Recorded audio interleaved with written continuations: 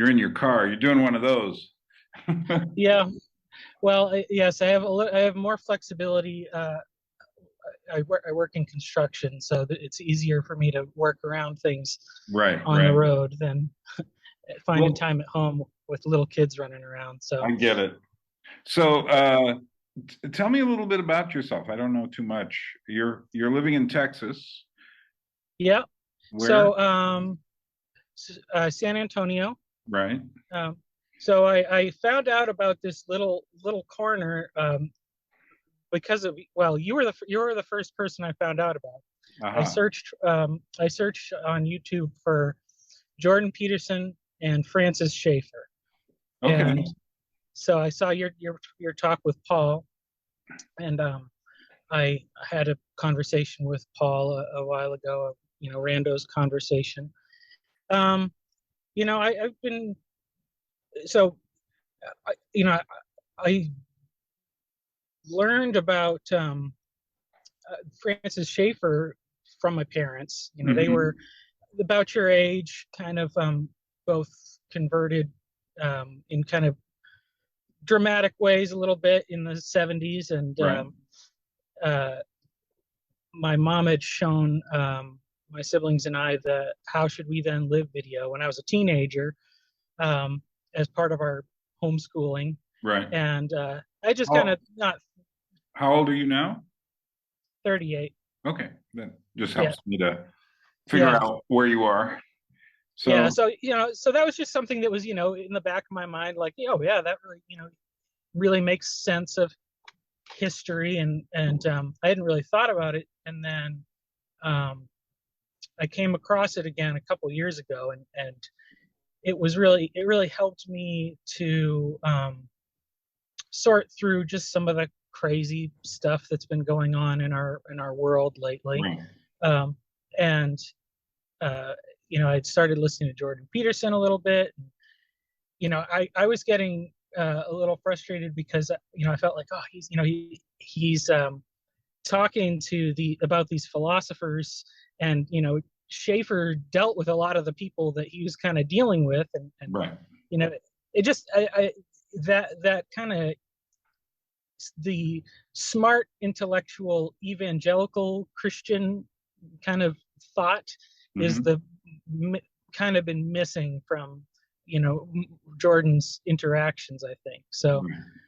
yeah, so I searched for that and I found your talk with Paul, and then um, decided, well, if he can do videos with no editing and not nothing, I can start doing it too. So I just kind of been started doing things. Just I'd formerly worked for a church, did some youth ministry and things, and now I don't really have as much of a it is a creative outlet or as much of a uh, an outlet to give back.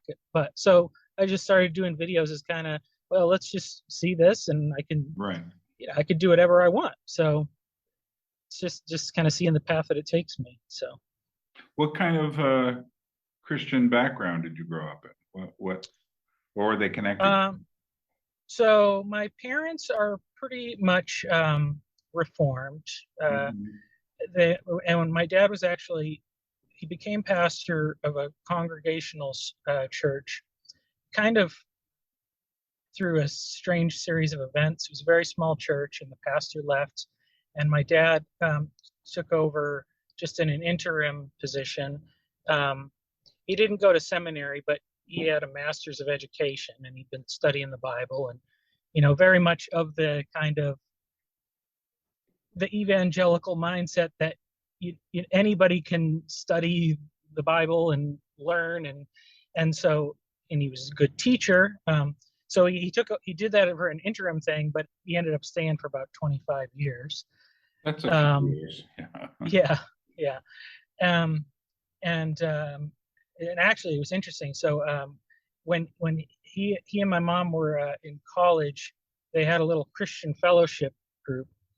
This was in Massachusetts. That's where I grew up.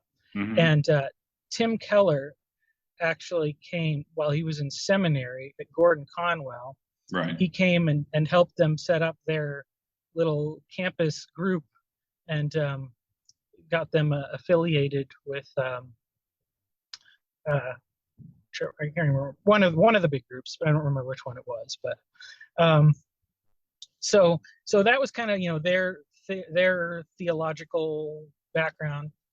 But I also started going to a Pentecostal church when I was in high school through their Right. youth group, and I actually started working there.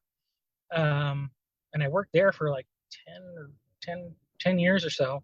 Um, so it was very different theological kind of mindset, but Yeah, I know it pretty it well. helped.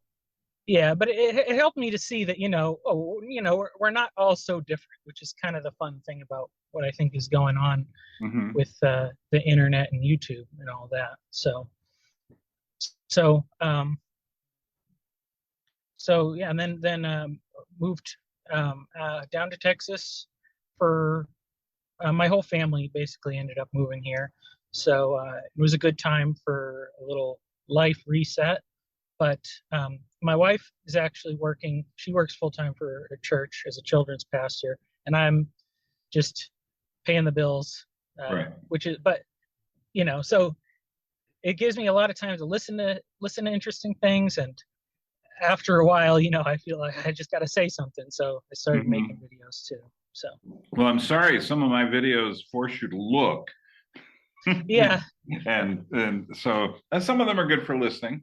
So yeah, yeah. But yeah, it was Jacob that suggested we talk to each other, and I'm not sure exactly what he was seeing. He kind of said, you just really need to talk to him." But I'm glad to talk, and I'm just trying to locate you a bit here on where you hmm are. What have you? So was it you? Evidently, you started saying, "Where are we? What's going on?" And yeah, then sort of discovered. I'm guessing Jordan Peterson, some other YouTube stuff. Found the conversation with Paul and myself, and then things opened up into more yeah, folks. yeah. I mean, well, around around the start of the pandemic and all that, I started kind of um, taking stock, and I kind of went down a little bit of the conspiratorial rabbit holes and stuff, and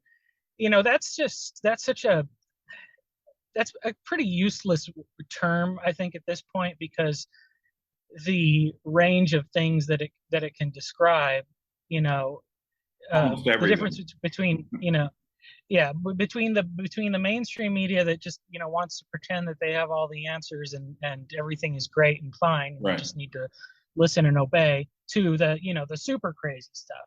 So I kind of went down that, and I'm an open person, and I think that what I because of the upbringing that I had, my parents were never trying to hide information from us, Right. um, and I certainly know the Bible teaches there is evil in this world, and it takes a lot of forms, and most of it is in the form of deception and manipulation. Um, but so I kind of went down that kind of thing for a while, and then ultimately what I realized is all these people, um, they don't have any like rock bottom for where they can hit with their like um, like what's going to happen. And I realized at some point, well, okay, at some point I realized there's a lot of things that are outside of my control. I just need to trust in God. And um, I actually really started to read the propaganda book that you had recommended on your channel, Hmm. um, and somewhere in there he talks about how what maybe the most prevalent form of propaganda is not the propaganda that's meant to stir people up to action, but the propaganda that's there to subdue people and keep people passive. Right. And that seems like that's taking a lot of forms, um, and that's where I saw a lot of these kind of conspiratorial people end up, because they're so convinced that if they say anything or do anything, like the government's going to show up at their doorstep. And I said, well, I think the real answer is the gospel. So I'll just say that, and I won't be afraid of talking about that. You know, if you keep your criticisms of the government and the secret powers that are behind closed doors, if your critique of them is based out of the Bible and that this is how Christians should act, and then I feel God's going to protect me.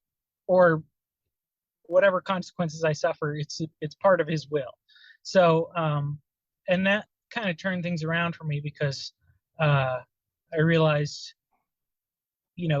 at a certain point, all of these different messages, they conflict with each other, but they have the same effect of keeping people scared or inactive or not getting on with anything, not doing anything with their life. And even within the church, because the people that are convinced, this is the end, of the world, and the rapture is coming, and all that stuff, and it should make them be evangelistic, but they're more or less hiding in their basements. Right. That's kind of the same thing. So yeah, well, what I've been seeing is that, and I've mentioned this in different places, but that the whole problem with this, people will sometimes leave comments for me, or I'll see them in other places where it's kind of like, yeah, but what about fill in the blank, some major thing that's controlling everything. What about that? You've forgotten about that. To which I'm saying, you don't understand. If you believe that there's some, and like I say, it's often just fill in the blank. If you can put Jews or the Catholics or the Freemasons or the Democrats or the Republicans or the Russians or anybody into that, and they're controlling everything. Yeah. And there's this thing called the parallax view, where each of our eyes looks differently at something. So if you close one eye, you'll see things slightly differently than looking out the other, which gives us stereoscopic vision. But often these things are like a parallax view of the world. It's like the world is still there, but you're just looking through this one eye, and in this one eye, everything is being controlled by X. And whenever I hear these people talk, what I always hear is fatalism, despair. I hear they have no answer. Their faith is in no faith. They simply are stuck somewhere where, and yet they feel like they understand things better than everyone else. Mm-hmm. There was a comedian once, Eric Bogosian, back in the 80s. He did a routine where he says, he was doing this one guy, says, yeah, I know what's happening. And he was running it all down. And he says, like, and the government's doing this and this and this. And he goes, like, it's a secret, but I know about it. And that's how people often are. They're proud. They know what's really happening. And to which my thought is, I do quite a bit of reading. I do, I was just thinking the other day, I started, what was it? Reading Solzhenitsyn in 1975. I've been thinking about a lot of things for a long time. And I would never claim to know what these people know. That is, it's, to me, the world is so complicated. And we don't know where we are right now. And that's one of the things. Yeah. So even, people will say, well, it's all going to turn into, and then they have some kind of woke apocalypse, or they have some sort of, AI version of total control or something. And I'm going like, really? I've got my money placed more on chaos. I've got because I think that we don't know where we're going at this moment. In the last few years, all the political chaos of the time right before Trump, not Trump, but during the Trump time, but the time right before COVID. And then the chaos that's happened since then. And the fact that, right now, we don't know what's going to happen with Europe during this winter at all. If there's a heavy, heavy winter, we're going to see some stuff we've never seen in our lifetime, and that nobody in Europe has seen in their lifetime, in terms of economic hardship, people getting really cold, all of this sort of stuff, prices going really expensive. So, and we don't know what's happening in America. As much as people would Hmm. say, well, they're losing or they're winning or they're the, I'm going like, it's up in the air. So to me, that doesn't change anything. Things are Yeah. always up in the air. And I Hmm. think that what we've got now is a situation where uh, we we tread carefully. At the same time, there's good possibilities here that weren't here a few years ago. And if you'd asked me what are the possibilities in say 2012, I would have looked at you and said, "Oh, I don't know. There's I don't see that many really great possibilities." Whereas now, because of, for instance, some of the conversations we're having online with different kinds of people, that's the important thing. Like you were saying, many different kinds of Christians often have they're very different, and yet there is a commonality. And Yeah. but it's not just Christians. It's you've dropped me. It's not just Christians. It's also I've been looking at all the people who are kind of saying, "Wait a minute, what's going on? Where are we being taken?" And it is atheists, and it's Buddhists, and it's Hindus, and it's gay people, and it's just like all these different kinds of people are saying, where are we being dragged to? And I Hmm. think that there is something there which could become something good, and that is a way of talking and disagreeing Hmm. without what we see now is you disagree with certain people about certain things and it's just poison. The person Yeah. looks at you like you are whatever their version of the Antichrist is. Yeah. And I think that's a good thing. How do you see it? I think that's really similar to, what I'm seeing overall. I mean, I think because, the scary messages, once you view it through the lens of, okay, people are seeing something really scary and it's just causing them to do nothing. So that might be as much of the goal as there is for that. Um, but like I do see a lot of this change that is like there's so many of these channels um, like the gospel simplicity and a lot of the ones in our channel where it's all like Yeah, I remember. Protestants Yeah, working with Catholics and working with the Orthodox and people exchanging views and understanding things and you know at this point and we can still say from our viewpoint, well, this is the problem with their view, but I understand why they think that way, and I can tell that they still really love the Lord. And so as there's this the unity um, of the church, I think, is increasing, but it's not becoming monolithic. It is being united, um, while still remaining in these separate little things. And I never saw that as a bad thing. That's kind of one of the perspective that because I tend to be more in the Christian sphere of things. I would right. say like my some of my intention with my channel and what I would like to see more is, you know, many of the people who are who have like deconverted or whatever, and then they're deconstructed their faith, and then they're coming back into it maybe through Jordan Peterson or something. There's kind of just this whole like, let's just write off normal average evangelical United States churches, and it's still a massive thing. Not in every part of the country, but like here in Texas and most of the South, and in a lot of places, Hmm. there's still a lot of churches with a lot of big people, and and we highlight the worst examples of kind of the cheesy stuff they do. Right. But I think those people need to get a little bit more aware of, hey, there's like these good discussions that are going on here, because I think that there is more capability for them to engage. It's just a lot of the intellectual power in like evangelicalism is still focused on more of the traditional apologetics and things like that, Right. um, instead of this kind of more esoteric Well, way of looking at yeah, I'm things. not so much into it as esoterica as much as I am reality. That is to say, Yeah, part of it is that what Christians have done is they have, see, in a place like Texas, you still have enough Christians there where yeah, the Christians can kind of deceive themselves into thinking we're strong.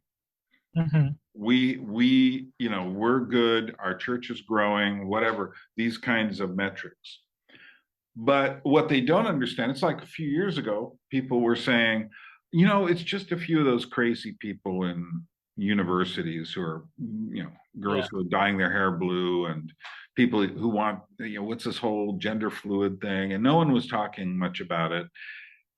And people would say, so we don't need to worry about that. And eventually have been finding out we kind of do need to worry about that because something is going on that's very different than ever happened before. yeah, So I think that the one of the problems with evangelical Christianity in America is they have no language for dealing with contemporary problems. And I think this is something Schaeffer was trying to address.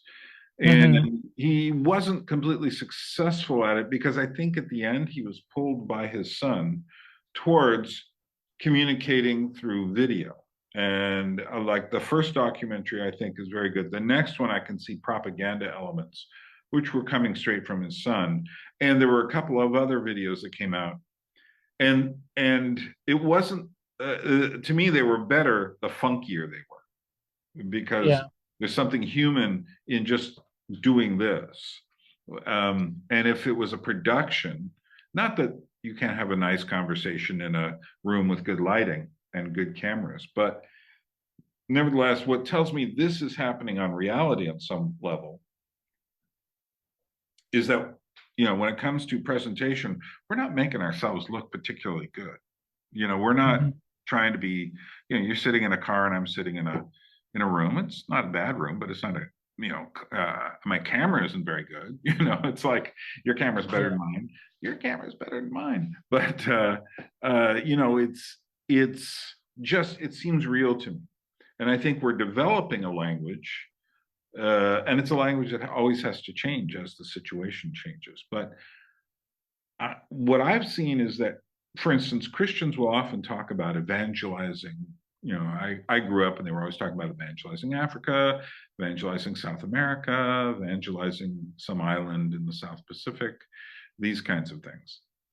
hmm, And they would go through all sorts of, people who went to be missionaries to these places would go through all sorts of training. And one of the most important things was to train to learn the language, of course, because you can't do anything if you don't learn the language. But even yeah, before then, you need to know a little bit about the people.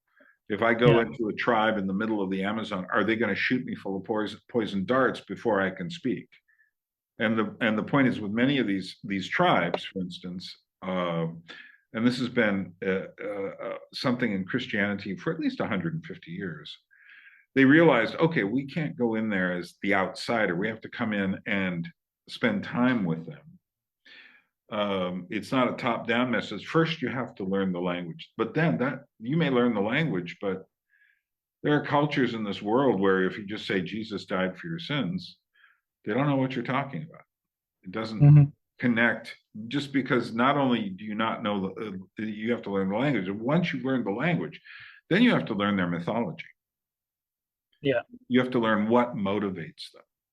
And why is a tribe acting the way it's acting? Why are a group of people acting the way they are? You have to learn that because prior to knowing that, you can't enter into a dialogue with them. And finally, the classic example was from this book called Peace Child. This I've read it before. Yeah, where Yeah, in order to communicate with these people, it was in the Solomon Islands or New Guinea, I think. And in order to communicate with them, and there were some pretty serious tribal people here who had some pretty serious mm, customs, you know, yeah, but they couldn't communicate because even though they knew the mythology. They couldn't see a way to have the discussion Yeah. until they asked, because these tribes in New Guinea tend to be fighting each other all the time, until they say, well, what would stop the battle between you? And then they would say, well, the tribe that was offended has to give their child to the other tribe to be raised or killed or whatever. And, you can just say, well, what do you mean the tribe that was offended? And they're always going back and forth. So in other words, someone has to give up their child. And as soon as the missionaries heard that, they said, ah, that's what God did for us. Yeah. God was the offended party. He gave us his child. And suddenly they were in. They had a conversation. Now, we will spend all the time as missionaries to learn that kind of thing, but we won't spend the same time with our own people who have radically changed as far as outlook on life since the 1960s. I mean, they were changing before then, but the 1960s was like, fuel injection, just like, and you're going. And then everything started to change, and everyone's, people will say things like, I'm a pagan. And I'm sitting there going like, no, you're not. And the reason you're not is because you're not sacrificing animals outside. You don't really believe that the world is the way that these older pagan tribes believed it was. But what you're doing is you're trying to just conjure up something new. So then there are churches, and they tend to be these larger churches, which just want to kind of bring people in and comfort them and give them music that makes them feel good, and kind of envelop them. Like, we're just going to love you, but we've got this program for you and that program, and you're going to work with them. And I think that we still haven't actually learned. This is what I tried to do in my How We Got Here series, was to say, do you really want to communicate with these people? You need to know where this is all coming from so that you have something intelligent to say, and not just, a quick, Jesus loves you and God wants to take care of you. And by the way, all this is wrong. Because if they don't know, it's just like this tribe that was fighting each other. And I believe they were cannibals, if I remember the story. Yeah. I You think, can't yeah, I just, think they said yeah. they when they read the gospel, they thought Judas was the hero. I Mhm. remember that. Yeah. Right, right. I mean, Yeah. try talking to the Mongols back in the 12th century, as they're coming across, and Genghis Khan says, what gives us joy is to see a village in fire and ruins, and the women raped and impregnated, and the children crying and whatnot. It's like, how are you going to talk to that person? You first have to learn, why are you doing this? What is motivating you? And I Yeah. think that's what we need just as Christians to communicate. But I also think we need to encourage everybody to talk again, and Hmm. not to be afraid of disagreement. Because if people can't talk, then there can't be those discussions. And I think even if a person doesn't become a Christian, they need to first be able to talk. And so that's what I guess my work moves towards. Yeah. Yeah. I mean, I think that there's so much like that we're just starting to figure out.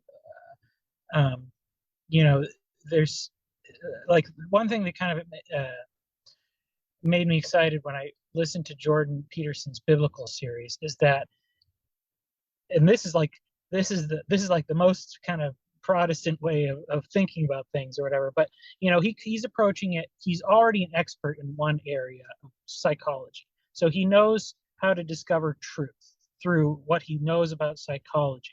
And I don't say he gets necessarily all the details about the mythological stuff perfect, but when you listen to those lectures, he keeps talking about the interactions between the people, and he says that's just so right. It's so right. And because he's recognizing that in the story of the Bible there is that it's true, and he already knows how to verify if something is true through one system of expertise. And I think because there's been so much kind of battles between different factions in Christianity about how to interpret the Bible. Um, the tendency for most leaders is to kind of steer people towards a safe course of of study. But in reality, I think that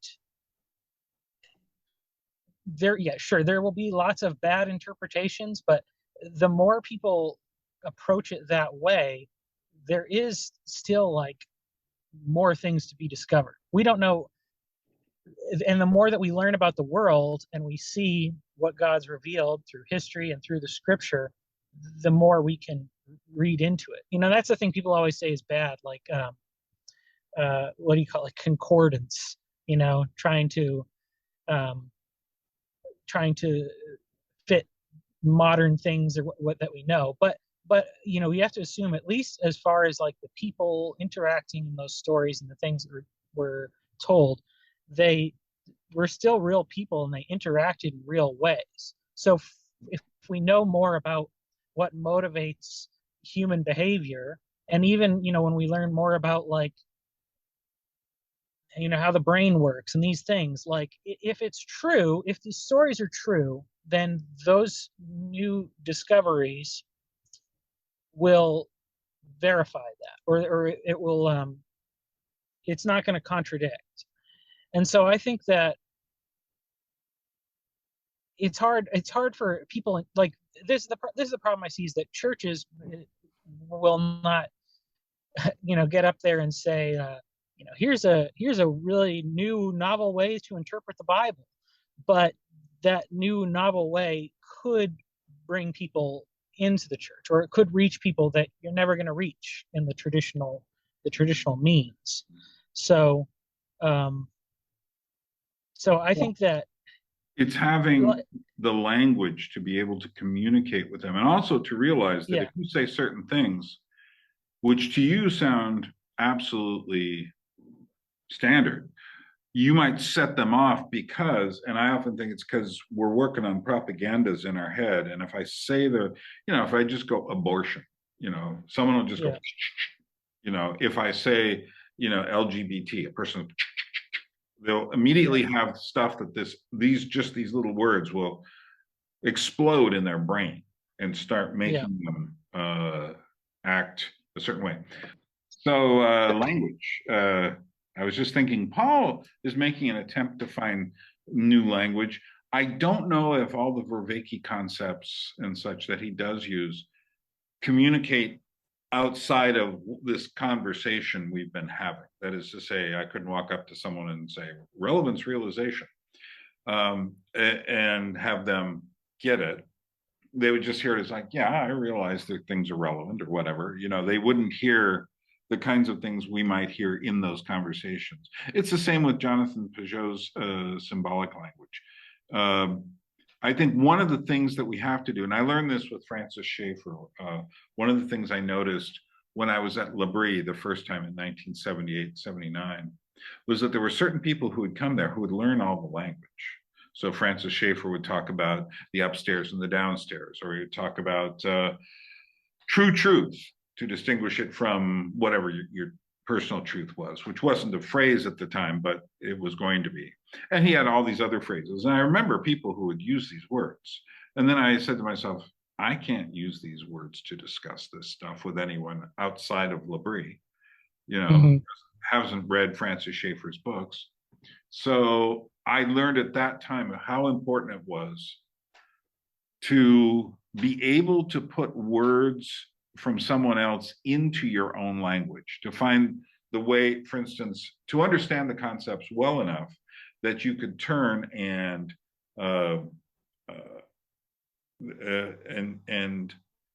describe them to someone else using different language. Now, that may mean you misinterpret them, but to me, when I go through life, I meet quite a few people who don't understand much philosophical language, don't understand much religious language, don't understand, they're running on different tracks.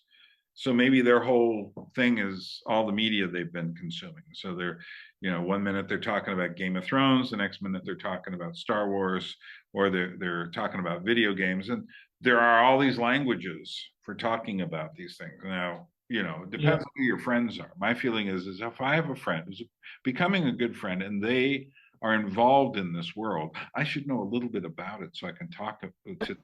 For the same reason that the people in the Peace Tribe book needed to learn in order to communicate anything with the other people, lest they become lunch for not understanding the Hmm. language and the mythology and what's motivating people.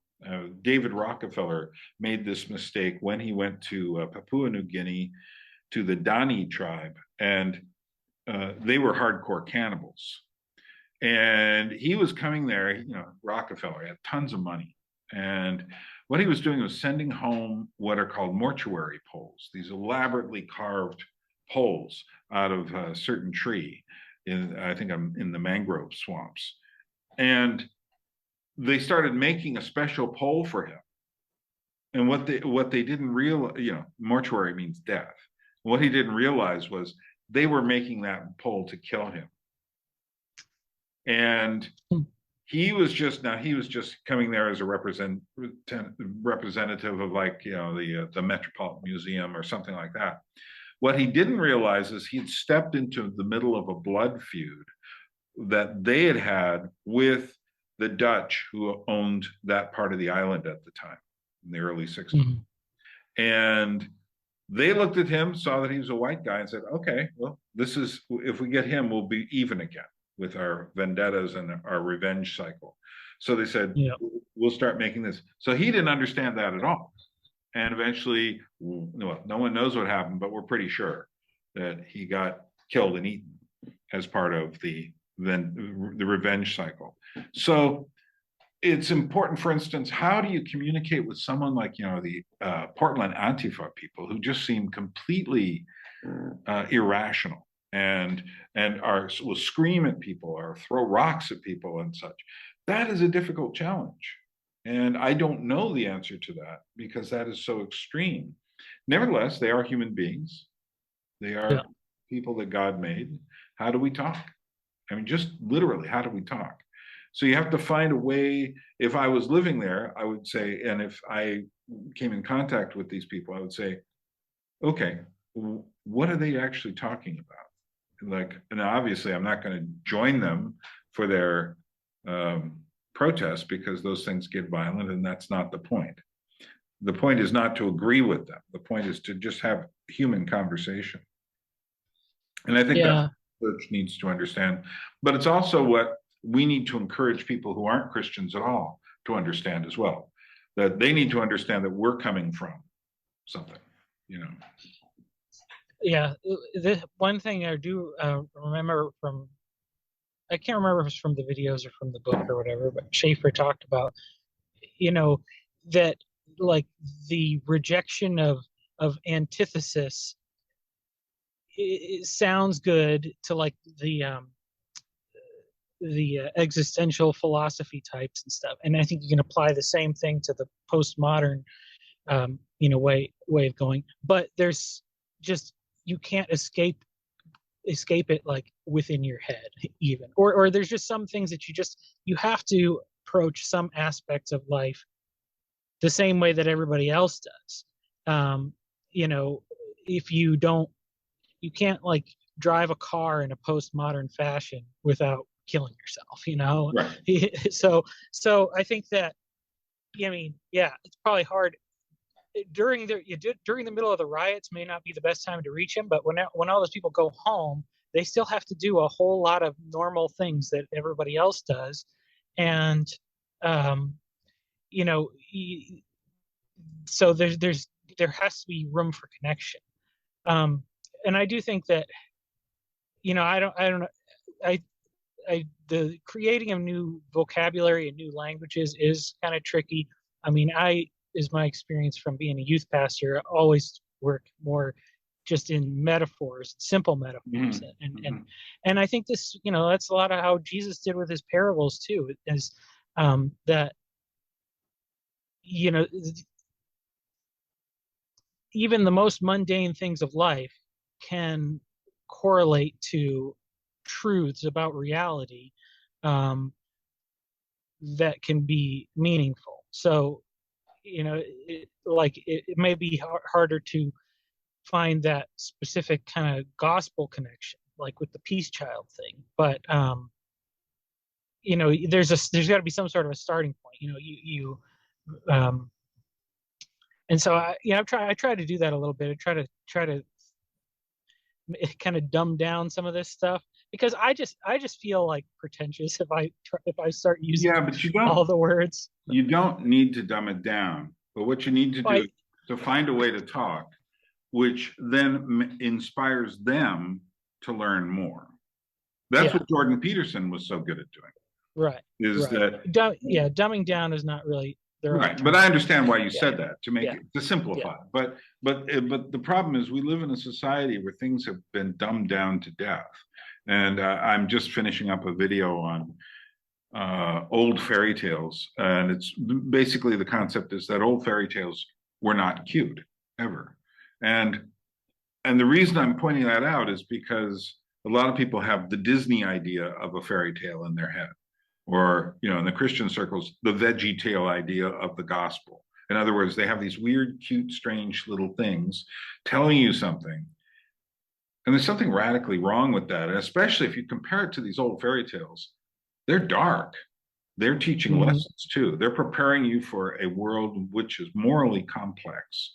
And they're showing you that there is a light you can follow. And they often talk very openly about God. But, where we are now, story is always a good way, to enter into a conversation, a story about this, about that. And you don't even have to, what I've learned over my life is you don't even have to put any specific gospel message or try to convert anyone, as much as you just give them what you know honestly. And in fact, sometimes you need to make people say, well, where did you learn that? Because if you just tell them, you need to, sometimes what I do is just put something in someone like the picador, puts the little thing that makes the bull bleed, which kind of makes the bull go like, it's bullfighting. It's not much to talk about. But the point is that sometimes you just need to leave something in someone and have the patience and to trust that they have enough curiosity to ask where this is coming from. Why are you saying Mm. this? You know, Yeah. and I think with children it's different, and the difference I think comes with, especially when they're your own children. And I often see that the mother, we obviously know what the mother does. Mother gives birth to the child, the mother nurses the child, the mother spends the most time in education with the young child. But there is a big, dark, ugly world out there. And she is the least qualified, least suited person to introduce them to that world because she doesn't want to see them go into it. She wants to protect them. She always sees them as, no matter how old they are, they're always her babies. It's just like, no, I don't want you to go do this very dangerous thing, or even go to a college that has all sorts of weird challenges. So to me, it's up to the father to take the role of, okay, I've got to prepare you now for the world through your teen years or whatever, just to, Yeah. Yeah. not to make a rule, but just to give an idea. And I think that is part of the problem is that, well, for one thing, I think that so many places I've seen men have essentially abandoned. They don't know what to do. Feminism has either made them angry or made them stupid. Then there's all the entertainment there is. There's too much time with beer and porn and the game, and all this other stuff that men have been reduced to these creatures who just kind of sit around looking at things on television. And they go out and work and bring home money. But there's a lot of women who are even resentful of that, where I think that the role of the man still has to be something that's very unique to being a man. And that to me would be opening the door to the outside world. I think a lot of the reason why language is broken down and why you see, for instance, Christians giving up the fort, giving up their faith, is that they were never really introduced to the world. I mean, I often meet someone who say like, yeah, when I was young, I went to church and then somebody they knew died of a long death of cancer and I lost my faith. And my thought is always, did no one ever tell you life was difficult? Mm. Did no one ever tell you God doesn't just simply make things happen like a little gumball machine? You put quarter in and you get some gum out. Did no one ever tell you everything doesn't work out? And I think that is unfortunately the world we're living in. So then what happens is people get older and find out, oh, my dad isn't perfect, my mom isn't perfect. They break the illusion of that entirely. My church isn't perfect, the people I know aren't perfect, the pastor isn't perfect. All these people have psychological issues. They all have moral issues. So they use that to keep them away from. But you see what it is they haven't been introduced to the more difficult questions.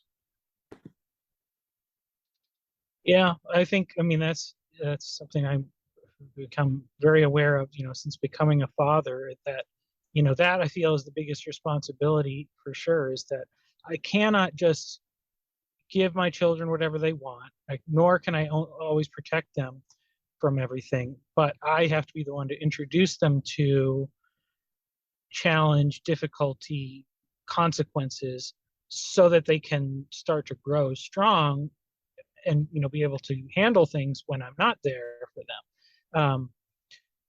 And I feel like there is such a tragedy that fatherlessness is so prevalent, but even more I feel is that how many young men have been lied to in believing that it's not something that they should seek and desire. Because and that's and I mean, I always knew fatherhood was a big responsibility, and I think maybe everything worked out in the Lord's time. It's fine, uh but I definitely wasn't taught by many people just like what a important calling that is to be a father, and what a responsibility is. But only things with great responsibility have true great rewards. There's no reward for things that are if it's fun and easy, that's its own reward. You got the reward of it. But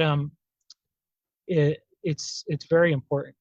I do have an idea that this is just something I've been thinking about for the past couple of weeks. Yeah. And this is kind of because I was thinking about what's my plan. Do I want to?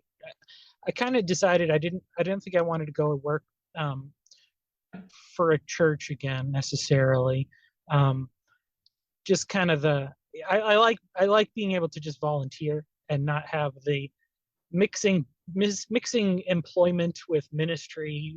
It was a little bit of a that if you want to watch my talk with Paul Vanderclay, you could hear more about right.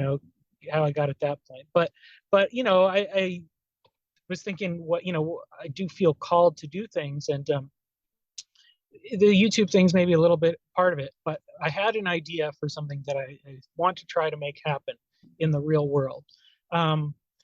One thing I'd really enjoyed was I did a discipleship kind of thing, an internship after high school, and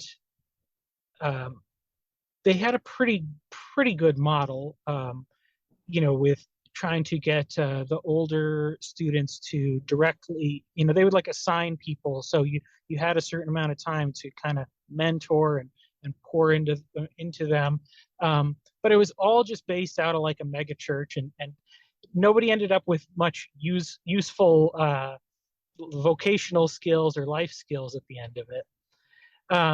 And I went to Bible college as well for a while. That was good because I learned better study habits, but that had none of that aspect. And I was a little bit older. I tried to help some of the young guys that I saw there, but there's just some people go to colleges, they just flounder. They don't know what they're doing. Even at a Christian college can't do the work for you if you don't have a guide. But now, and I've been doing this. I've been working in carpentry for a long time, and now I'm in a position where I'm training guys. I'm training young guys, and even in that, I find that there's so much connection between the actual doing the work and these spiritual concepts. And so I kind of had an idea that I want to start some sort of a, an after high school kind of program or something that has that spiritual thing, but is also centered on learning trades, because guys aren't going to college as much. Right. And if they are, they don't know what they want to do. And so they end up living in their parents' basement. If they get a job, there's no, it's not skilled or anything. They're just working retail or whatever. And I think that, there's kind of this thing of like, that men need an adventure. Jordan Peterson talks about that kind of thing, talking about that guy standing on the corner holding the pink shopping bag. And if somebody gave him the opportunity to go have an adventure, he would.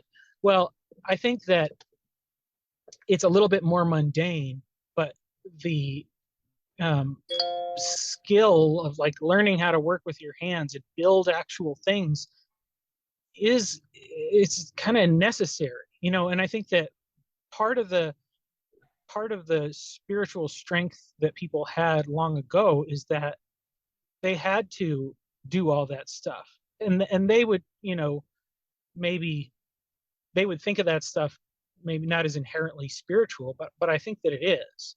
And I think that um that's it's because it's in the connection. It's connecting what you do with your body, with your Right. hands, No, to these you're spiritual absolutely right. lessons. You're absolutely right. And one of the problems we have right now, and I think this is specifically a kind of problem that younger men have, is all of this stuff is abstract. It is Yeah, not part of the real world. I mean, I'm appreciating this conversation. I appreciate my interactions with people through the internet. But one of the reasons we got together in Germany, Paul and I and the other people with the Bridges of Meaning Festival in Landau earlier in August, was that let's try to make this more real. To actually put human flesh to our conversations. And it's not just conversations that need to be made real, but the point of living has to be made tangible. You have to have something that you're holding on to. Yeah, you can write, but the writing isn't any good unless it turns into a book that someone's holding in their hands. That is to say, or in some way is getting through to the real person and affecting them. And there's nothing. I mean, when I look at the state of, for instance, housing these days, I just see in America, stuff just seems to like blow up and suddenly it's there. You got a frame, you put some sheetrock and, do something to the walls, put some mud here, get a paint and whoop, it's practically builds itself. And I think what we need to learn is the value of well-made things. And so it's like a double challenge. One is a challenge for you to teach younger people, younger men, but girls too, how to use hammers and saws and how to basically have some competence with yeah, construction. But on the other side, and this is your adventure, you need to spend more time researching housing construction and what kind of techniques would be best suited to where we're going. And we don't know hmm where we're going, but nevertheless, we know yeah, we aren't going to, for instance, one of the things I have this, you may notice a bookshelf over here. What am I doing? Can't find it. It's in reverse. There's a bookshelf right there. And I just built that. But the wood on it was super expensive and it's just yeah, pine. And, we're moving into a world where these things are wood is becoming more expensive, much more expensive. Now in America, we still have a good, pile of wood, so it's not super expensive, but nevertheless, to think about things like what are the best materials to use? What how we make so many houses in America where we take all this pine, make frames out of it, and then come along 40 years later and knock the thing down and put something else there. Whereas in Switzerland, I remember when I was there, I would go back at different years, and there was one place that some friends of mine let me stay in a little mini chalet that was actually a kind of a sausage and cheese curing hut. And this thing had been there for 400 years, 500 years, 450. And to me, as a Christian, I'm saying that's what I need to build. I need to build the thing that will last, because it's not just a question of following the Ten Commandments. It's also a question of building a world that respects the relationship that God has given us with everything. And so many materials now that we use or are forced to use. I mean, I went to a large furniture warehouse with multiple vendors here, a very large, size of about 2 football fields. And I had trouble finding anything that was made out of real wood. Yeah. And I like real wood, but I don't like whatever this plastic junk that's being molded into wood is, you know. Yeah. This strange stuff. So it's doing research on materials, doing research on your side on techniques, doing research. For one of the interesting things for me is when I lived in Alaska for 22 years, people were often building their own houses. Now, some of them were built rather cheaply, but a lot of them were built with a lot of care, and people would do timber framed houses and stuff like this. And I looked at that and I go like, oh, that's pretty nice. It's done with a quality to it. And I think that's, to me, that's just as much a part of my Christian outlook as, not hurting and not killing people is. That is to say that whatever the Ten Commandments are, there's also that God wants us to care for the world. And so part of caring for the world is to create a world you actually want to live in. And one of the problems with pollution and such, I mean, people often get in this whole, what's causing climate change? To which I'm saying, like, well, it really doesn't matter. What matters is you shouldn't live like a pig. You should, and in fact, pigs often live better than you do. You should live with some respect in the home you are. You should, Jordan Peterson at one point talks about, you need to, once you cleaned your room, you need to go on and make it beautiful. He says, and beauty scares people. Even when you're making a room better, it scares people because they'll want to say, oh, you can do this so much quicker, So that's my suggestion for you, is to teach kids. That's a great thing to do, but also to improve your skills and get a vision of construction, which is something we obviously need, but in such a way, that you feel like there's something of your own calling within it that's more than just simply the assemblage of some flat building or something, but whereas what you're making has beauty to it. Yeah. Well, I mean, I think that's the thing that because like right now, I work, it's ridiculous the pace of the construction markets here, but it is, the quality is not the best a lot of times, and and it's frustrating because I mean I want, because I know how to do most of the stuff the best way, um but sometimes there's a sort of balance I think too between like and I do appreciate like a beautiful aesthetic and things like that. I like to build furniture, and that that's something I think you need to really take your time for. But then there's also kind of there's this kind of tripod of making things. You have time, you have money, and you have quality, and you can always have two, but not the third, or to a certain degree, So Right. you can have it good and cheap, but it's going to cost a lot. You can have it good and or it's going to take a long time, I should say. You can have it good and quick, but it'll cost a lot.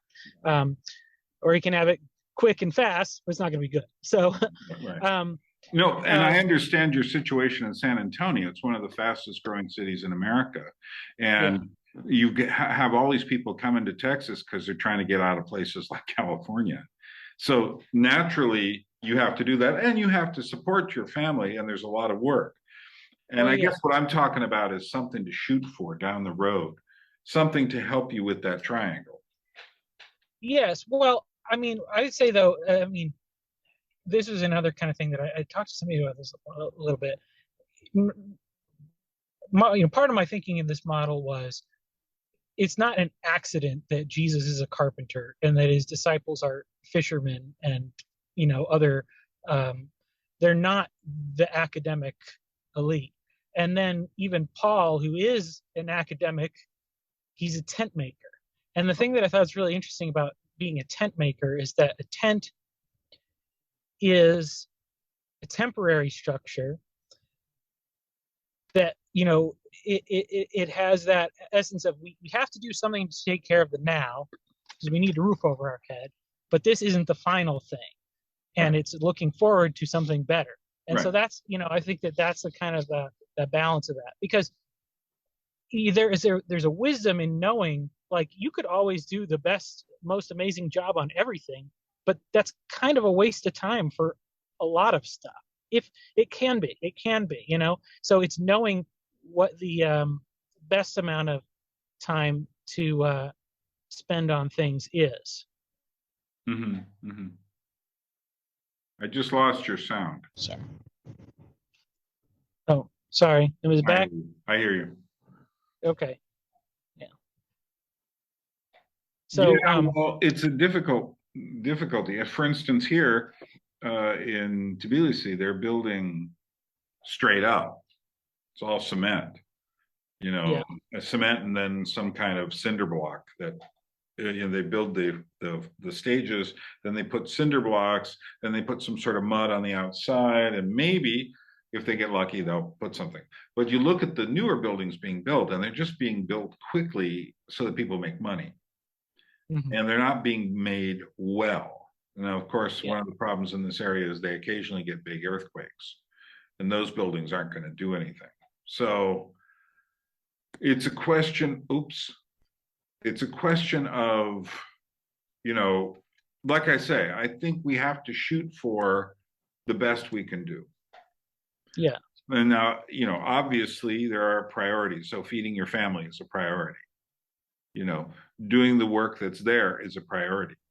But how will you feel in 20 years if that's all you do? It's kind of like I often say that about time and the way we live in time is that if you do the same thing over and over and over, like work in a factory or something like that, or work in an office, some repetitious functions, you lose your sense of time because you can't remember any of it. So to me, it seems like the goal in living when it comes to work, and maybe I need to make a video on this more, but is that work has to be meaningful. Hmm. And our society pushes us towards the money and the speed, the time to make it as quick as possible. But and what is the answer? How does one do those three things without losing one of them? The time and the money and the quality. And I think one of the things we have to work on, besides whatever's happening in the big world, is we need to think about those kinds of things and ask serious questions about what do we do? We don't have the answer. I don't see an answer here. I don't see an answer there. And I know, there in America, you go straight out that way most of the time. Here, you go up because, you know, and of course you have corrupt uh, contractors here who will say, yeah, we're building 7 stories, and they build 10 so Yeah. they can make more money. Yeah. I guess I would say like I think yes, it does have to be meaningful, but I think that's kind of the what I've learned, and that what I want to share with others is what we think will be meaningful is not what makes it meaningful, because uh, it's something with the knowledge that you're doing it for God and that this is your purpose. Now, I Um, disagree, and here's why. well, I think that the thing itself has to be made meaningful. That is to say, Well, I think that it is made meaningful when you understand that, like, and not because I'm not saying that bad quality or anything like that. Because I would say from my own experience, I have to do an awful lot of like fairly mundane things yeah, about things that people never think about, right. but if I'm, you know, but it can become a meaningful experience because of what I am learning in doing it, Oh yeah, and that I'm participating in, like I am working with the Lord in doing that. And um, yeah. Well, I think that, you have a personal meaning that you derive from it, and that is for sure. And that God could teach you through that, no doubt about that whatsoever. But ultimately, I think we have to make sure that the things we make ourselves are worth making. And here, that's yeah, where the problem is, because our society, for instance, what is the point of getting a smartphone every 5 years, a new one? You know, what is I'm just simply saying, what is the point of that? What is the point of I remember walking into a lawyer's house in New York City. I was doing house painting, and every kid in that family, this was like around 1986, each one had a personal laptop, each one had a television, each one had there was something else they had that was kind of fancy. And I thought to myself, yeah, that's not the point.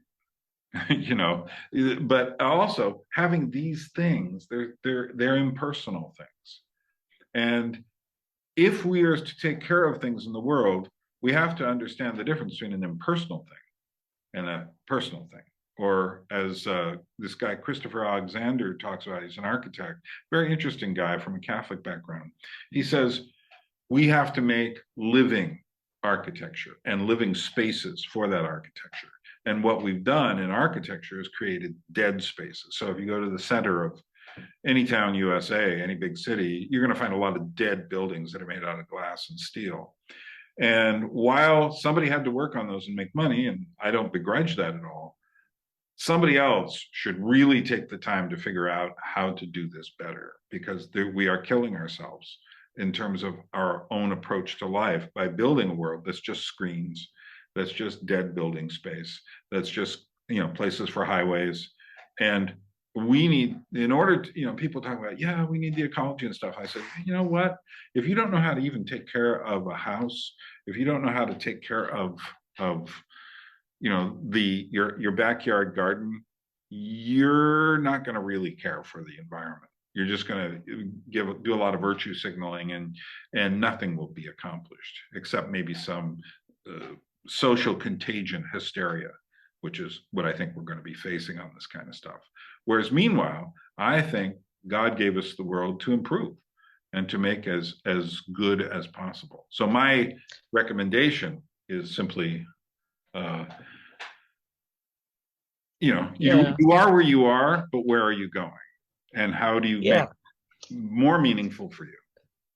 Well, yeah, I think that, I guess, because there is so much talk about this sort of thing, and I think it's, one of the reasons that a lot of people are being more attracted to the more traditional forms of Christianity and such things, as the art and the cathedrals, and this, because that, does capture a sort of an idealized thing.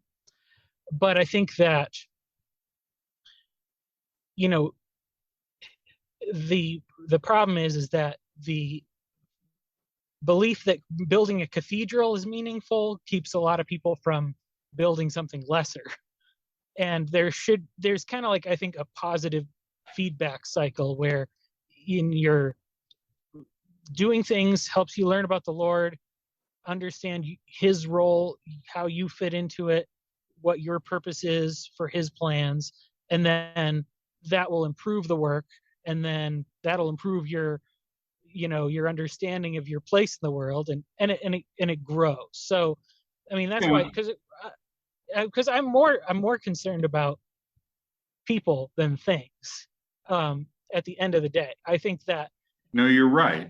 People are more important than things. but we also have to remember the world that people grow up in, the world that Yeah. we live in, and that has an effect upon us. Yeah. We've only got 2 more minutes here, and it's going to shut Okay. down, and I don't want to do this one, again. So we can Yeah. talk some other time. Obviously, there's much more to talk Sure. about. And Yeah. I've appreciated talking with you. And yeah, there's a lot. Do you have any last thing to say? We got about a minute and a half. Well, yeah. People should buy old tools. That'll help. That'll inspire you to build something nice. Very good. A high quality antique. Yeah, yeah, because many of those old tools also still work. Yeah, they work better. Yeah, yeah. Well, that's Yeah. a good recommendation. Okay, Mike, it was good meeting All right. you. And Very I'll nice to put meet you. this up in a week or two. I've got some other stuff going up this weekend, but it'll be out there soon. And I'll let you know Okay. on Facebook when I'm putting it up. All right. Sounds Okay. great.